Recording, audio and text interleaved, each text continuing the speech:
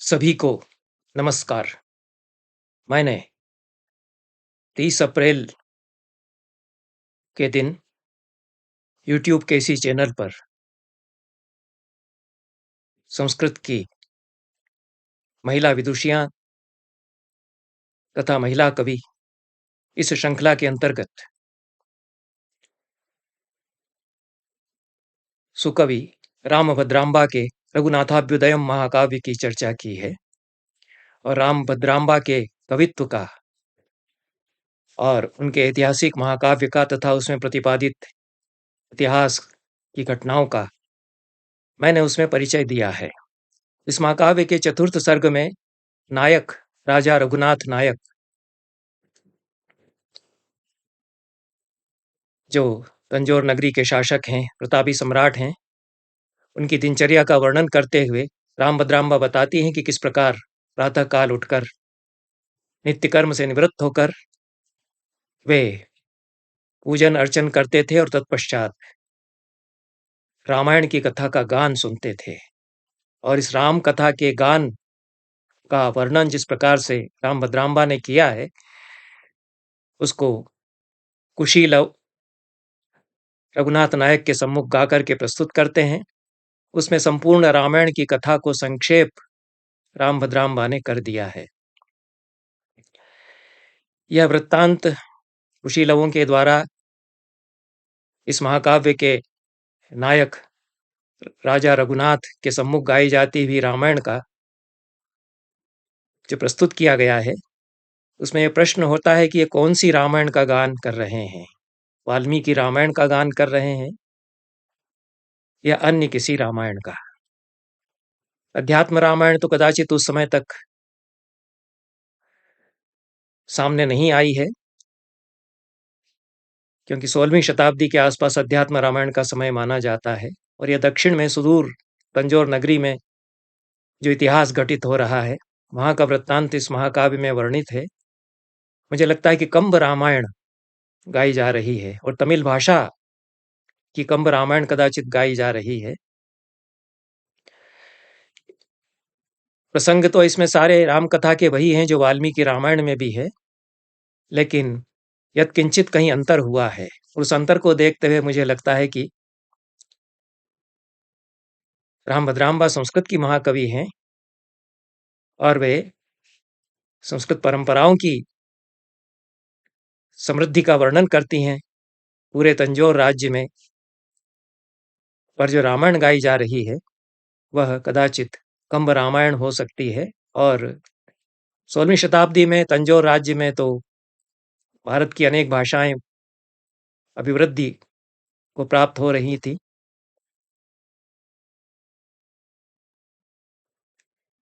अतः तमिल में रामायण गाई जा रही हो यह भी संभव हो सकता है।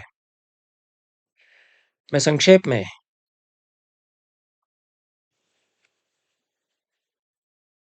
कुशीलवों के द्वारा गाई जाती हुई राम कथा के श्रवण का जिस प्रकार से इसमें प्रसंग आता है, उसकी यहाँ चर्चा करूंगा।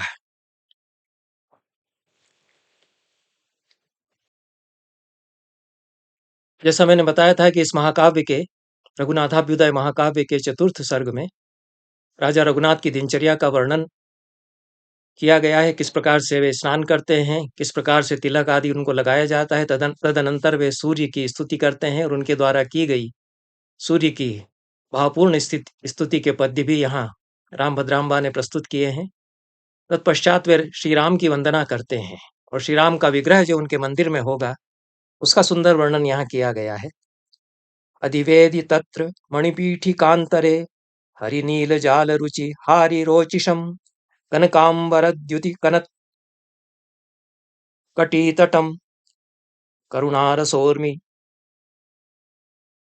करुणारसोर्मिल कटाक्ष वीक्षणम करुणारसोर्मिल कटाक्ष वीक्षणम। वहां पर उनके भवन में एक वेदिका पर मणिमय पीठिका के ऊपर विराजमान थे, नीलमणि की सुंदर युति से शोभायमान और सोने की पच्चीकारी सुनहरी जरी के काम वाले वस्त्रों से सुशोभित कटिभाग वाले, करुणारस से उर्मिल दृष्टि वाले श्री राम उनको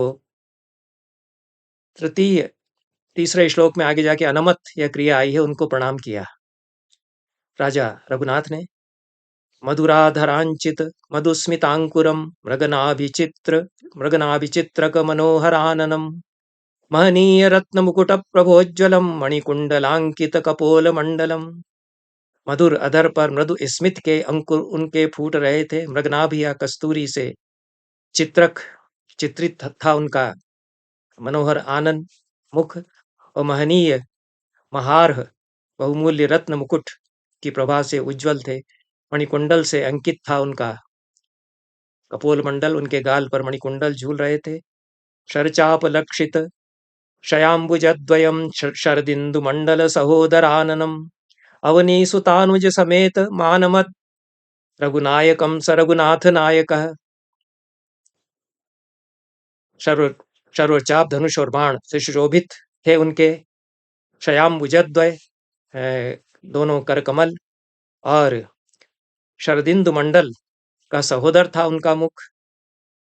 पूर्ण चंद्रमा की शरद की पूर्णिमा के चंद्रमा के समान उनका मुख सुशोभित था। अवनी सुतानुज समेतम, अवनी सुता सीता और अपने अनुज लक्ष्मण से समेत युक्त ऐसे रघुनाथ नायक के विग्रह को राजा रघुनाथ नायक ने अनमत या प्रणाम किया। यह उसके बाद फिर त्रिपुंड धारण उन्होंने किया।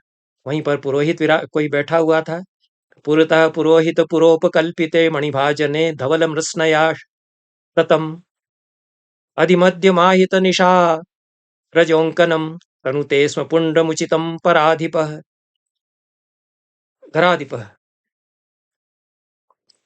धरापति धराधिप राजा रघुनाथ ने उनके सामने जो पुरोहित बैठे हुए थे, उनके हाथ में मणिमय पात्र था और उसमें भस्म थी। उससे धवल मृत्स्नयात तम पुंड्रम तनुते स्म, उस भस्म से उन्होंने पुंड या तिलक लगाया। त्रिपुंड शब्द का प्रयोग नहीं है, पुंड शब्द का प्रयोग है, तिलक लगाया। इसके बाद पुष्पों की अंजलि समर्पित की उन्होंने रामचंद्र भगवान के लिए। और फिर कहते हैं अभिजात भागवत हस्तधारितम महिजा सखार्चन विशेष मानितम अधिमूर्ध मां वहत माल्यमादराद अभिकृप्त दूर्वमवनी सुधाकर। अभिजात जो भागवत थे उनके हाथों में जो धारण किया गया था, इससे पता चलता है कि भागवत भी वहां विराजमान थे, पुरोहित अलग से विराजमान थे। भागवत दक्षिण में जो कथा प्रवचन करने वाले हैं उनको भी भागवत कहा जाता है। भागवत मेला नाट्य भी होता है, दक्षिण में प्रसिद्ध लोक नाट्य है। अभिजात उच्च कुल के जो भागवत थे उनके हाथों में जो माला थी उसको उन्होंने राजा रघुनाथ नायक के प्रति समर्पित किया। महिजा सखार्चन विशेष मानितम, महिजा या जनक सुता सीता के जो सखा राम हैं उनके अर्चन से विशेष मानित थी वह माला। जो माला रामचंद्र जी को अर्पित की गई थी, उस माला को, एक माला को वहां से रामचंद्र के विग्रह से लेकर के भागवत ने उनके मस्तक पर अर्पित किया। अधिमूर्ध मावहत माल्यमादरात अभिक्लप्त दूर्वम, वो दूर्वा भी उस पर अभिक्लप्त थी, सुशोभित थी, ऐसा कहा गया है। अरविंद बांधव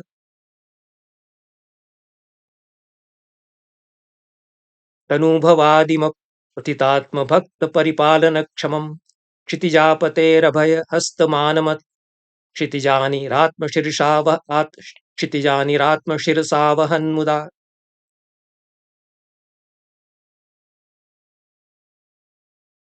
अरविंद बांधव या सूर्य के वंश में उत्पन्न और अपने आत्मभक्त परिपालन क्षमम, अपने भक्तों के परिपालन में समर्थ, क्षितिजापते भूमि सुता के पति श्री राम के अभय हस्त मुद्रा सहित कर कमल को क्षितिजानी आत्मशीर्षा अनमत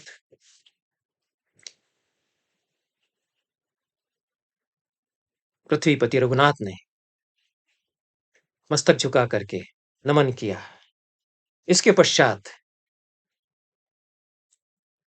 वहीं पर बैठ करके संपूर्ण राम कथा का वाचन उन्होंने सुना। संक्षिप्त राम कथा यह है और प्रतिदिन वे इसको सुनते थे। यह राम भद्राम्बा बताती है। अथ राम व्रतमखिलम यथाक्रमम कलुषापहम सकलकांक्षितप्रदम सकलकांक्षितप्रदम निखिलागमार्थ निधिरग्रतः सुधीर हितमुज्ज्वलार्थयुत मित्यविवचत। अखिल राम व्रत को यथाक्रम, जो कि कलुषापह या पापों को निवारित करने वाला है और सकल कांक्षित को प्रदान करने वाला है, वह निखिल निगमार्थ निधि राजा ने, सुधी राजा ने अपने सामने उसको उन्होंने वाचन कराया। वनवास वनजासनार्पित वर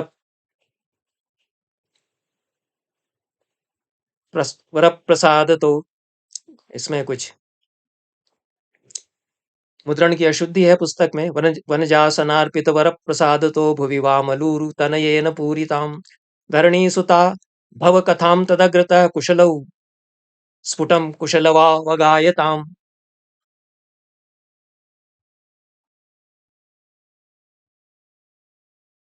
वनजासनार्पित वर प्रसादतः वामलूरु तनयेन पूरिताम धरणीम सुताधव कथाम तदग्रतः कुशलवौ अगायताम। ऐसा अन्वय संपादक अनुवादक पांडे जी ने किया है।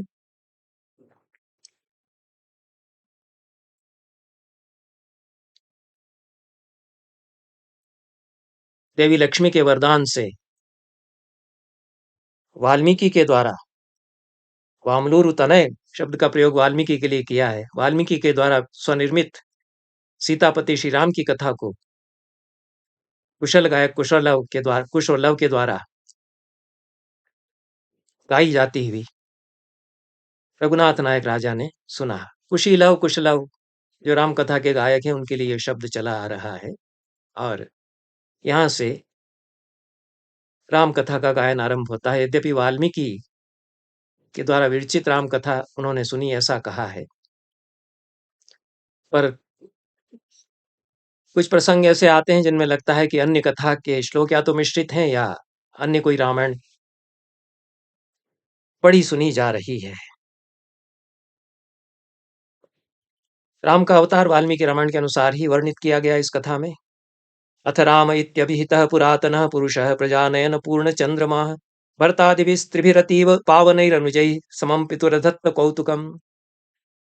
पुरातन पुरुष राम जो कि अवतरित हुए, प्रजानयन के पूर्ण चंद्रमा वे थे और भरत आदि तीनों अनुजों के साथ पिता के लिए शिशु के रूप में वे कौतुक की वृद्धि करते थे। और इस प्रकार से बहुत संक्षेप में यह है, विश्वामित्र आते हैं और वे राम और लक्ष्मण को अपने साथ ले जाते हैं। ताटकावत राम के द्वारा इस प्रकार किया गया, उसका उल्लेख किया गया है। फिर सुबाहु का दलन किया गया ताड़का के पुत्र का, यह भी राम भद्राम्बा बताती हैं। पद पंकजात रजस प्रभावतो विरचय्य वर्त्मनिशिलां विलासिनीं धनुरीक्षितुं सपदि मेरुधन्वनो मिहिरान्वयः समिथिलां समासदत्। अहल्योद्धार का वर्णन एक श्लोकार्ध में किया है। पदपंक के रजस या धूलि से शिलाम विलासिनीम विरचय्य, पत्थर की शिला को विलासिनी के रूप में जिन्होंने रूपांतरित कर दिया, ऐसे राम फिर वे तत्काल मिहिरान्वय या सूर्यवंशी राम मिथिला में पहुंचे और राम विवाह का वर्णन किया है। लौट करके आए, भार्गव भुजा बल का पराभव करके परिभूय भार्गव भुजाबलम रघु प्रवरो जगाम निशिपत्तनम मुदा, रात को ही चल करके और मिथिला से अयोध्या में आ गए, ऐसा राम भद्राम्बा बताती हैं। इसके बाद कैकेयी का वर मांगना, राम का वनवास, उनका उल्लेख करते हैं। फिर चित्रकूट में भरत का आगमन। किंचित अंतर यहाँ पर है कि भरताय तत्र मणिपादुका युगम प्रतिपाद्य राज्य परिपालन क्षमम, राज्य परिपालन में समर्थ भरत के लिए मणिपादुका युगल उन्होंने प्रदान किए। यह वाल्मीकि रामायण में तो संभव नहीं था। राम वनवासी के रूप में, तपस्वी के रूप में जाते हैं, मणिजटित पादुकाएं वो क्यों धारण करेंगे? पादुकाएं प्रदान की, जहां तक मुझे स्मरण है इतना ही उसमें उल्लेख है। लेकिन यहाँ मणिजटित पादुकाएं अपनी उन्होंने भरत को प्रतिपादित की या दे दी। अथ दंडकावनम अथ दंडकावनम अवाप्य राघवो विशशास वर्तमनि विराधम आशु गई। इसके बाद वो दंडक वन में पहुंचे, विराट को उन्होंने मार्ग में समाप्त किया। शरभंग ऋषि से मिले और पंचवटी में जाकर के उन्होंने निवास करना आरंभ किया। शूर्पणखा से भेंट हुई और व्यतनिष्ठ शूर्पणखिकाम विरूपिणीम, शूर्पणखिका को उन्होंने विरूप किया। लक्ष्मण ने शूर्पणखा का विरूपीकरण किया, ऐसा स्पष्ट उल्लेख इस कथा में नहीं किया गया है। और किसी प्रसंग में राम ने स्वयं शूर्पणखा की नासिका और कर्ण का छेदन किया, यह भी वर्णन आता है। तो यहाँ अंतर किंचित हो जाता है। और वचन इसके बाद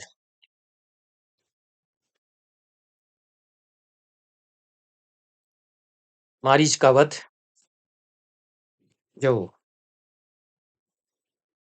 स्वर्णमृग बन करके आता है, उसके पश्चात जटायु से भेंट का वर्णन है। वचनेन तस्य वसुधा सुधामणेरवकर्ण्यवृत्तमखिलं स राघवः प्रतिपाद्य तस्य मखमुत्तमं तदा धरणी सुता मृगण तत्परो भवत्। जटायु के कहने से उनको ज्ञान हुआ कि सीता का हरण किस किस प्रकार से हुआ है, और उसका उत्तम मख, अंत्येष्टि संस्कार के लिए इस शब्द का प्रयोग राम भद्राम्बा ने किया है। उसके उत्तम मख का उन्होंने अनुष्ठान वहां पर किया और सीता के मार्गण में या अन्वेषण में वे संलग्न हो गए। इसके पश्चात एक प्रसंग का उल्लेख चतुर्थ सर्ग के 57वें श्लोक में यहाँ राम भद्राम्बा ने कराया है, जो राम कथा का गान हो रहा है। तो विचरन वये जनक जा वियोग, तो वने होना चाहिए। विचरन वने जनक जा वियोग, तो न्यवीवपत् कबंदमति घोर विग्रहम अभिजग्मुषीम सकलुषाम अयोमुखीम विदधे सवर्त्मनि विरूपिणीम तदा। जनक जा के वियोग में वन में विचरण करते हुए राम ने कबंद का, घोर विग्रह कबंद का वध किया और अपनी तरफ आती हुई, कलुष भावना के साथ अपनी तरफ, अपनी ओर आती हुई अयोमुखी नामक राक्षसी को मार्ग में उन्होंने फिर विरूप किया। यह प्रसंग आता है। जहां तक मेरी जानकारी है, वाल्मीकि रामायण में, अध्यात्म रामायण में और भी अन्य रामायणों में इस प्रकार का कोई प्रसंग नहीं है। शूर्पणखा के विरूपीकरण का प्रसंग है, उसमें भी राम भद्राम्बा ने जो वर्णन किया है उसमें किंचित अंतर आ जाता है। और यहाँ अयोमुखी, जिसका कि नाम लौमुखी अनुवाद में पांडे जी ने लिखा है, और लौमुखी नाम भी कहीं कहीं मिलता है। यह इस राक्षसी से भेंट होना और इसको कुरूप कर देना, विरूपीकरण इसका कर देना, यह प्रसंग आता है। यह जो प्रसंग रघुनाथ नायक राजा के सामने तंजोर में गाया जा रहा है, उसमें यह प्रसंग आता है। मुझे तथाकथित अनेक महात्माओं के प्रवचन ऐसे सुनने को मिले जिन्होंने इस अयोमुखी या लौमुखी राक्षसी से भेंट होना और उसके नासिका कान काटे जाना, और कुछ लोगों ने तो बहुत विकृत करके इसको आर्यों का आदिवासियों से द्वंद्व और कितनी घृणा के साथ उनसे दुर्व्यवहार किया है राम ने, इसकी चर्चा बहुत विकृत भाव से की है। बहुत अनुचित चर्चा है, उसका मैं उल्लेख नहीं करूंगा, क्योंकि राम ने तो तमाम वनवासियों को एकत्र करके उनके सहयोग से ही सेना बनाई और सीता को पुनः प्राप्त किया, रावण का वध किया। तो बहुत अनर्गल रूप से इस प्रकार के भी आपको वीडियो राम कथा के मिलेंगे, जिनमें कहा जाता है कि किस प्रकार से लोमुखी, जो कि एक आदिवासी महिला थी, और उसने प्रेम निवेदन किया होगा या न किया होगा, लेकिन लक्ष्मण ने तो उसके नाक, कान और स्तन काट डाले और बहुत दुर्व्यवहार उसके साथ किया। इस प्रकार का प्रसंग कुछ लोग जो सोशल मीडिया पर कुछ तो भी अनर्गल चल रहा है उसमें बताते हैं।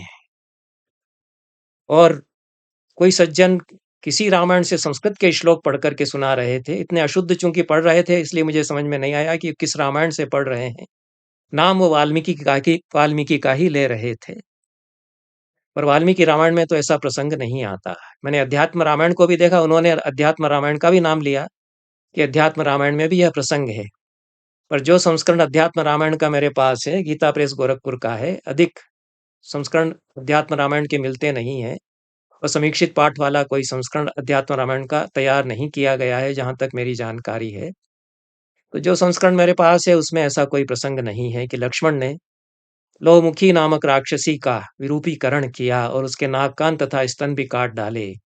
जिन सज्जन ने यह कथा सुनाई है, उन्होंने वर्णन किया कि वो गुफा में रहती थी, आदिवासी स्त्री थी।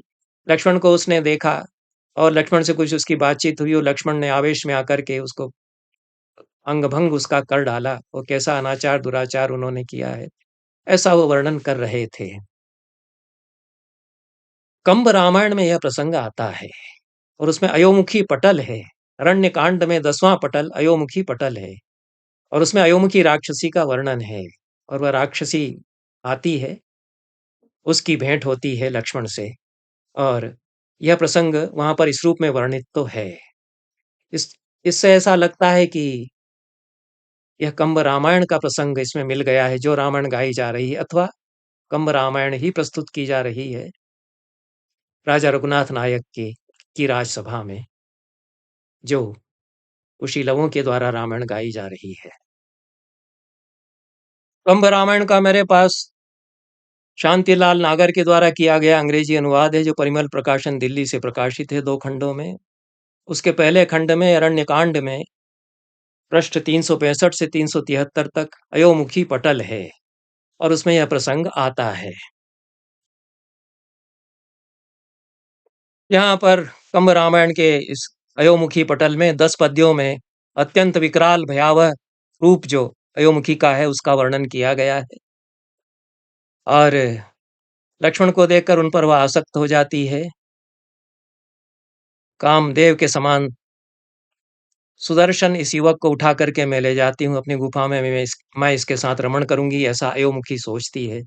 इस प्रकार का विस्तार से यह प्रसंग यहाँ पर वर्णित है कंब रामायण में। अयोमुखी प्रणय निवेदन करती है लक्ष्मण से। लक्ष्मण उससे कहते हैं कि मैं तुम्हारी नासिका और कर्ण काट डालूंगा, तुम यहां से चली जाओ। वह उन्हें मुग्ध भाव से ताकती रहती है और सोचती है कि मैं किसी तरह इस युवक को उठाकर ले जाऊं अपनी गुफा में। वह अपनी माया से लक्ष्मण को वश में कर लेती है और उनको गुफा में ले जाती है। इधर राम विकल होकर के लक्ष्मण को ढूंढते हैं, विलाप करने लगते हैं। यह लगभग उसी प्रकार का विलाप है जब इंद्रजित के बाणों से घायल होकर के मूर्छित लक्ष्मण पड़े हुए हैं और राम विलाप करते हैं, वाल्मीकि रामायण में भी और तुलसी रामायण में भी। और बहुत करुण रस यहाँ पर राम के विलाप में कंब रामायण में उद्रिक्त हुआ है। और इधर अपनी माया से वशीभूत लक्ष्मण से प्रणय निवेदन कर रही है गुफा में अयोमुखी। लक्ष्मण किसी प्रकार उसकी माया के प्रभाव से मुक्त होते हैं और उसकी नासिका काट डालते हैं। नासिका कट जाने पर तीव्र चीत्कार करती है अयोमुखी और राम उसके चीत्कार को सुनते हैं। इस बीच वो मूर्छित हो चुके थे, फिर संज्ञा प्राप्त करके वो चीत्कार सुनते हैं अयोमुखी का।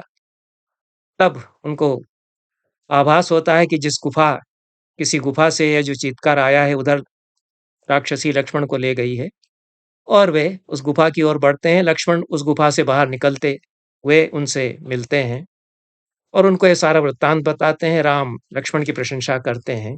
यह अयोमुखी पटल में इस प्रकार का वृत्तांत बताया गया है। यह एक अलग प्रकार का प्रसंग रघुनाथ नायक की राजसभा में गाई जाती हुई रामायण में जोड़ा गया। इसके बाद राम की सुग्रीव से भेंट, शबरी से भेंट के अनंतर सुग्रीव से भेंट, सीता का अन्वेषण, हनुमान का सीता के पास जाना, अंगूठी समर्पित करना, सीता का चूड़ामणि लेकर के राम के पास वापस आना, वानर सेना का गठन, सेतुबंध और रावण से युद्ध, कुंभकर्ण का वध, मेघनाथ का वध, रावण का वध करके विभीषण का राज्याभिषेक और अयोध्या वापस लौटना, राम का राज्याभिषेक होना। ये बहुत संक्षेप में सारी घटनाएं इस राम कथा गायन में उल्लिखित कर दी गई हैं। कोई विशेषता उनमें ऐसी नहीं है।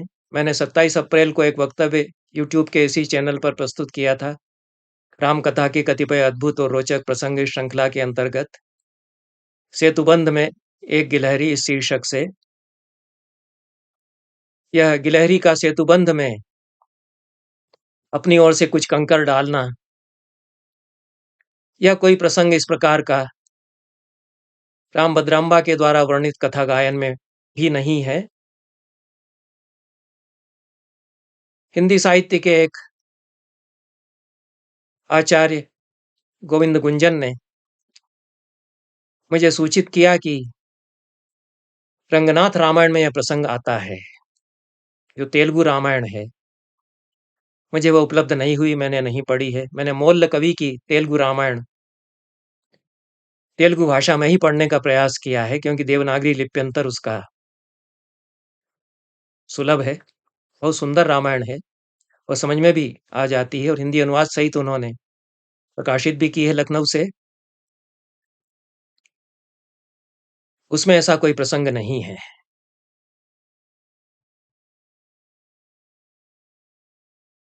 इस प्रकार से राम भद्राम्बा के द्वारा जो राम कथा प्रस्तुत की गई, वह कुछ प्रसंगों में, जिस राम कथा के प्रस्तुतिकरण का वर्णन राम भद्राम्बा ने किया है, वह कुछ प्रसंगों में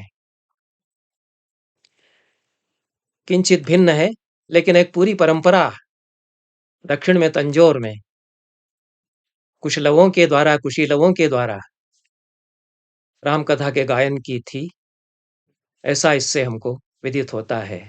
और एक किंचित अंतर यह भी प्रतीत होता है कि सीता की अग्नि परीक्षा का कोई उल्लेख राम भद्राम्बा ने अपने द्वारा वर्णित इस कथा गायन में नहीं कराया है, नहीं किया है। और सीता वनवास का भी कोई उल्लेख नहीं है। राम के राज्याभिषेक का और राम राज्य का सुंदर वर्णन उन्होंने किया है। परितः प्रसारि सुमवर्ष भासुरम श्रुति सौख्यदायी सुरदुन्दुभिस्वनम अतिशोभमानम अभितो वनीश्वरैरभिषेक मंगलम अवाप शाश्वतम। चारों ओर से सुमनों की वर्षा हो रही थी। कानों को सुख देने वाले दुंदुभि के स्वर, देवताओं के द्वारा बजाई जाती दुंदुभि के स्वर उठ रहे थे और देश देश के राजाओं के द्वारा अत्यंत शोभमान वह था राम का अभिषेक मंगल। ऐसा अभिषेक मंगल हुआ। धरणीं प्रशासति धरा सुधापतौ धन धान्य गोधनयुता शुभान्विता नियतस्वकर्म निरताश्चिरायुषो भय दैन्य क्लेश रहिता प्रजा बभू। धरा सुतापति धरणी पर शासन करते रहे, धन धान्य और गोधन से युक्त शुभान्वित, अपने अपने कर्म में निरत, चिरजीवी, भय दैन्य और क्लेश से रहित प्रजाजन उनके राज्य में थे। ऐसा एक श्लोक में उन्होंने वर्णन करके राम कथा गायन के इस प्रसंग को समाप्त किया है। और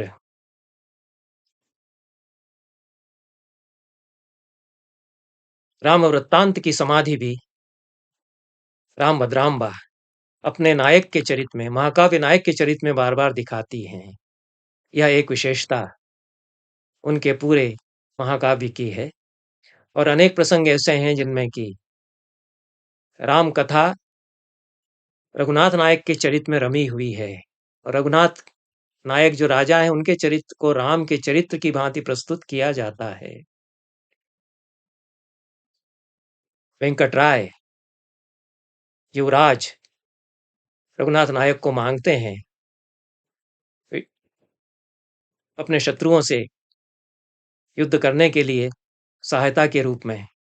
इस प्रसंग को विश्वामित्र मुनि के द्वारा यज्ञ की असुरों से रक्षा के लिए राम की याचना के प्रसंग से तुलित किया है, उपमित किया है। गाधेय मोनि क्रतु विघ्न हेतून रक्षांसि भूयांसि रघुप्रवीरः विदारयामास विशिष्य बाल्ये तथैव धीरस्तव नंदनोऽयम्। वेंकटराय उनको समझाते हैं कि जिस प्रकार से विश्वामित्र मुनि के साथ में रघुप्रवीर गए थे, उन्होंने शत्रुओं को नष्ट कर दिया था, उसी प्रकार से तुम्हारा यह धीर तनय भी मेरे शत्रुओं का विनाश करेगा। चोलराज के विनाश का जो प्रसंग है उसमें भी जो शत्रु चोलराज है उसको दशास्य और विंशति भुजाधारी रावण से उपमित किया गया है। और परांसिस परांगियों या पुर्तगालियों पर विजय प्राप्त करने के लिए समुद्र पर सेतुबंध तैयार करवाते हैं रघुनाथ नायक। इस पूरे प्रसंग की भी राम वृत्तांत से समाधि बताई है राम भद्राम्बा ने। तो यह पूरा महाकाव्य राम कथामय है, और इसके बीच में राजा रघुनाथ की दिनचर्या के प्रसंग में राम कथा के गायन का प्रसंग है, जो संस्कृत महाकाव्य की परंपरा में एक अनोखा प्रसंग है। यहीं पर इस चर्चा को समाप्त करते हैं।